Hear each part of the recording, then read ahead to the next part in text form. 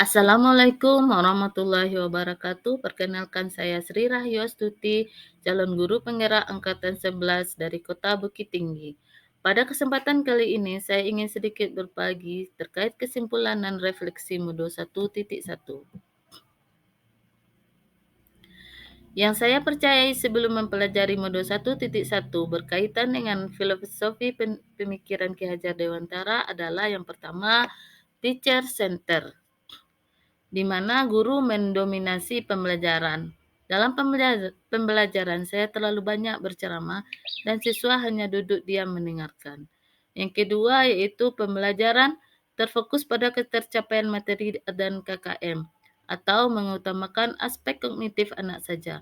Padahal ini saya sering lupa bahwa pendidikan bukan hanya soal mentransfer ilmu saja, tapi sejatinya adalah aspek lain yang harus diperhatikan dalam belajar.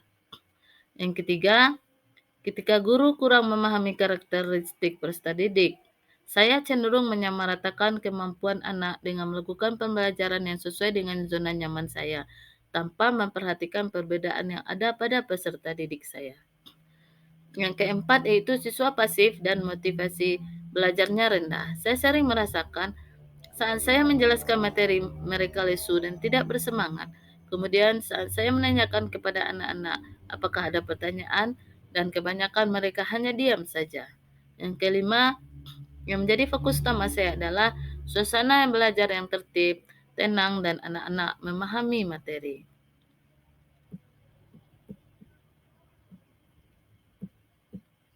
Setelah mempelajari modul 1.1, yang dapat saya ambil kesimpulannya itu pendidikan itu menuntun. Anak aktif mengembangkan dirinya dan sebagai seorang guru harus bisa menuntun anak menjadi pribadi yang terampil, berakhlak mulia dan bijaksana sehingga mereka akan mencapai kebahagiaan dan keselamatan. Yang kedua yaitu memperhatikan kodrat anak. Peran seorang guru diibaratkan seorang petani atau tukang kebun yang tugasnya adalah merawat sesuai kebutuhan dari tanaman-tanamannya itu agar tumbuh dan berbuah dengan baik. Tentu saja beda jenis tanaman, beda pula perlakuannya.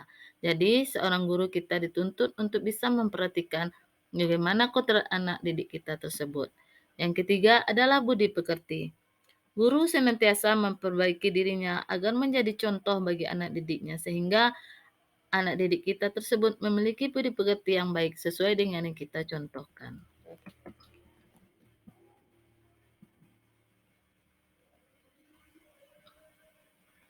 Setelah mempelajari modul 1 ini, perubahan dan pemikiran yang saya alami adalah yang pertama, bahwa guru bukanlah satu-satunya sumber belajar.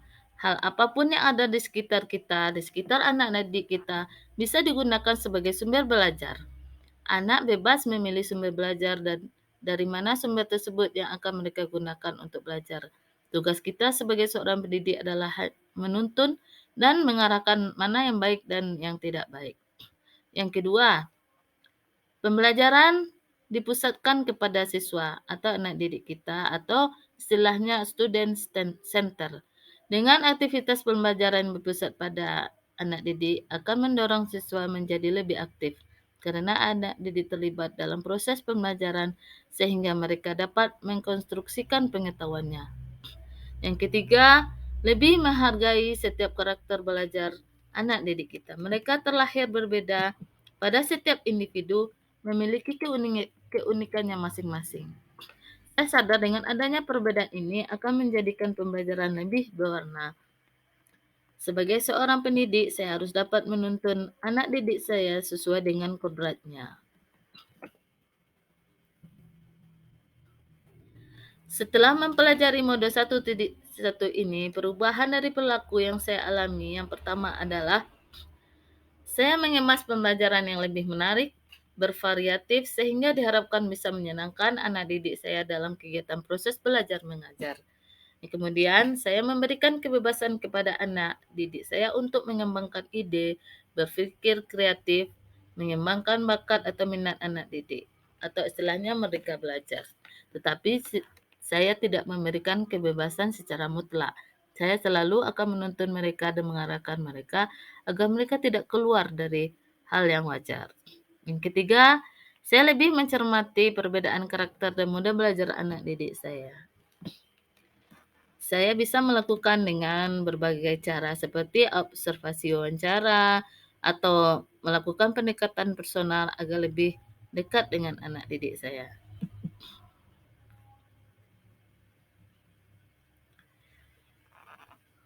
Yang dapat segera saya terapkan lebih baik agar kelas saya mencerminkan pemikiran Ki Hajar Dewantara adalah yang pertama adalah budi pekerti seperti senyum, sapa, dan salam yang sekarang ini sudah sangat berkurang di sekolah saya. Yang kedua, berakhlak mulia seperti ketika membuka dan menutup proses pembelajaran dilakukan dengan berdoa terlebih dahulu dengan penuh kesadaran tanpa selalu diingatkan oleh guru. Yang ketiga, bertanggung jawab. Seperti ketika menghukum anak, saya tidak lagi dengan menggunakan kekerasan fisik seperti disuruh berlari, push up, jalan jongkok, dan lain-lain. Namun, saya lebih menumbuhkan sikap tanggung jawab dan mandiri, yaitu membersihkan lingkungan sekolah dengan memisahkan sampah organik maupun non-organik.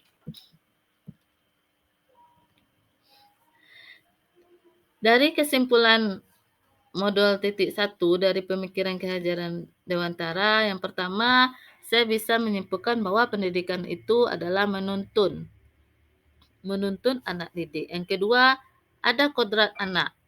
Ketiga, pendidikan yang berpihak pada anak. Yang keempat, anak bukan tabula rasa atau bukan kertas kosong. Yang kelima, budi pekerti. Demikian saja yang bisa saya sampaikan. Jika ada salah janggalnya saya minta maaf. Assalamualaikum warahmatullahi wabarakatuh.